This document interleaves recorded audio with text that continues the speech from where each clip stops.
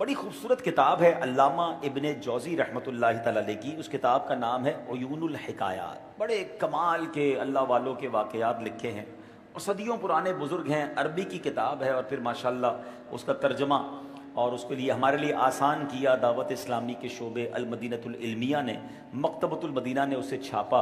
اور اللہ والوں کی باتیں ہیں, بندہ پڑھتا جائے تو ایمان تازہ ہو جاتا ہے. ایک کمال کا واقعہ ہے جو ہمارے آج کے بیان کا موضوع بھی ہے. حضرت حسن اور عبد الواحد رحمۃ اللہ تعالی علیہما یہ دو بزرگ تھے. ایک مرتبہ یہ لشکر کے ساتھ راہ خدا میں روانہ ہوئے. راستے میں یہ لشکر ایک جگہ کچھ دیر کے لیے رکا.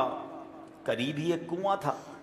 اب کنویں سے پانی نکالنے کے لیے رسی اور ڈول ڈالنا پڑتا ہے. انہوں نے رسی اور ڈول ڈالی تو رسی کھل گئی اور ڈول کنویں کے اندر گر گیا. تو اب پانی تو نکالنا تھا, تو انہوں نے مشورہ کیا کہ ایک آدمی کو رسیوں سے باندھ کے اتارتے ہیں نیچے, تو وہ پانی بھی لے آئے گا اور ڈول بھی واپس لے آئے گا. جب نیچے اتارا تو اندر سے ابھی پانی کے قریب پہنچنے سے پہلے اس کو درد بھری, کراہنے والی, تکلیف والی کسی بندے کی آوازیں آئیں. ایسا لگتا تھا کہ کوئی بڑا شدید مرض میں, شدید تکلیف میں ہے جو کراہ رہا ہے. آواز سن کر وہ شخص واپس آ گیا اور لوگوں سے پوچھا تم نے بھی کچھ آوازیں سنی ہیں؟ میں کنویں کے اندر, مجھے بھی کچھ آوازیں آئی ہیں. تو لوگوں نے کہا ہمیں بھی آوازیں آئی ہیں. اب دوبارہ وہ بندہ پھر پانی کے اندر اترا. اب جب بالکل پانی کے قریب پہنچا تو پانی کے اوپر ایک تخت تھا اور اس کے اوپر ایک بندہ بیٹھا ہوا تھا. یہ شخص رسیاں باندھ کے اترا تھا. اس نے کہا تم بتاؤ جن ہو یا انسان ہو؟ تختے پر بیٹھے ہوئے شخص نے کہا کہ میں انسان ہوں. پوچھا کہاں کے رہنے والے ہو؟ کہا میں انطاکیہ کا رہنے والا ہوں.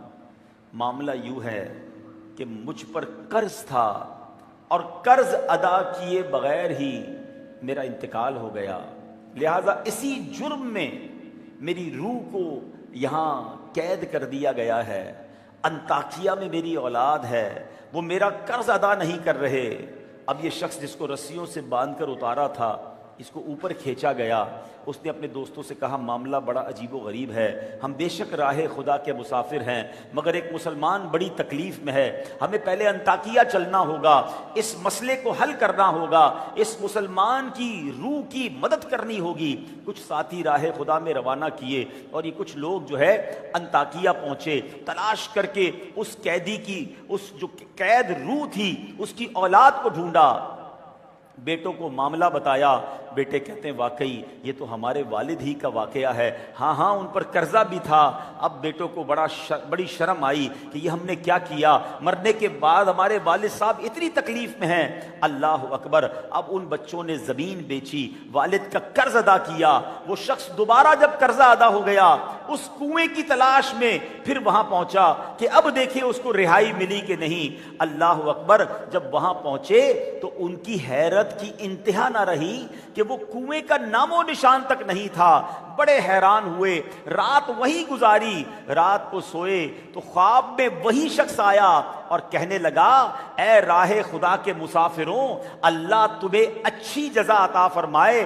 تمہاری کوشش اور خیر خواہی کی وجہ سے جب میرے بیٹوں نے قرض ادا کیا تو میرے رب کریم نے مجھے کنویں کی قید سے نجات عطا فرما کر جنت کے اعلیٰ درجات میں جگہ عطا فرما دی.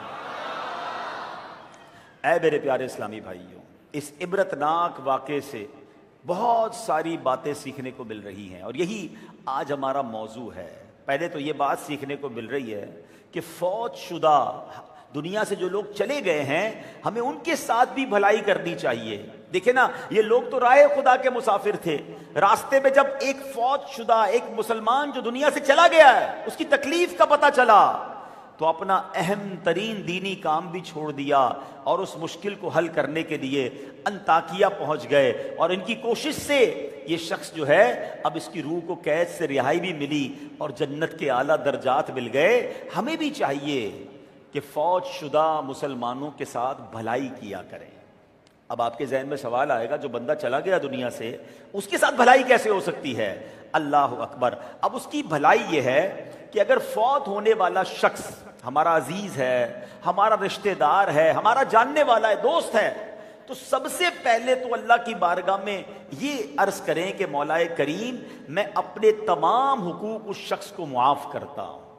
کیونکہ انسان ہے نا، ہمارے ساتھ رہا ہے، ہمارا رشتہ دار ہے، زندگی میں ہمارے ساتھ نمازیں پڑھی ہوں گی، مسجد کے نمازی بھی کا انتقال تو ہوتا ہے نا، تو نمازی سارے دوست مل کر پہلے اسے معاف کریں، یہ پہلی بھلائی ہے، کیونکہ اگر اس کے کسی کا دل دکھایا ہے، کسی کے ساتھ اسے تکلیف پہنچائی ہے، کسی کا کوئی حق دبایا ہے، تو قبر میں اور اس سے پہلے کہیں اس کی روح کو تکلیف نہ ہو رہی ہو، تو یہ بھلائی اس کے ساتھ کرنی ہے کہ ہم معاف کر دیں گے تو انشاءاللہ اللہ پاک ہماری خطائیں بھی معاف فرما دے گا۔ جو بندوں کو معاف کرتا ہے اللہ اسے بھی معاف فرماتا ہے۔ اچھا، پھر اسی طرح فوت شدگان کے لیے خوب اصالے ثواب کرے، درود پاک پڑھ کے، تلاوت کر کے، نمازیں پڑھ کے، غریبوں کو کھانا کھلا کر، ختم شریف کا اہتمام کر کے، بالخصوص اپنے رشتہ داروں کے لیے، عزیزوں کے لیے، بلکہ سارے مسلمانوں کے لیے اصالے ثواب کرتے رہیں، انشاءاللہ اس کی برکتیں فوت شدگان کو ملتی رہیں گی، ساتھ ہی ساتھ ہمارے ثواب میں بھی اضافہ ہو جائے گا۔ اللہ کریم ہم سب کو، تمام مسلمانوں کا اور بالخصوص جو فوت شدہ مسلمان ہیں، ان کا ہمیں خیر خواہ بنا دے۔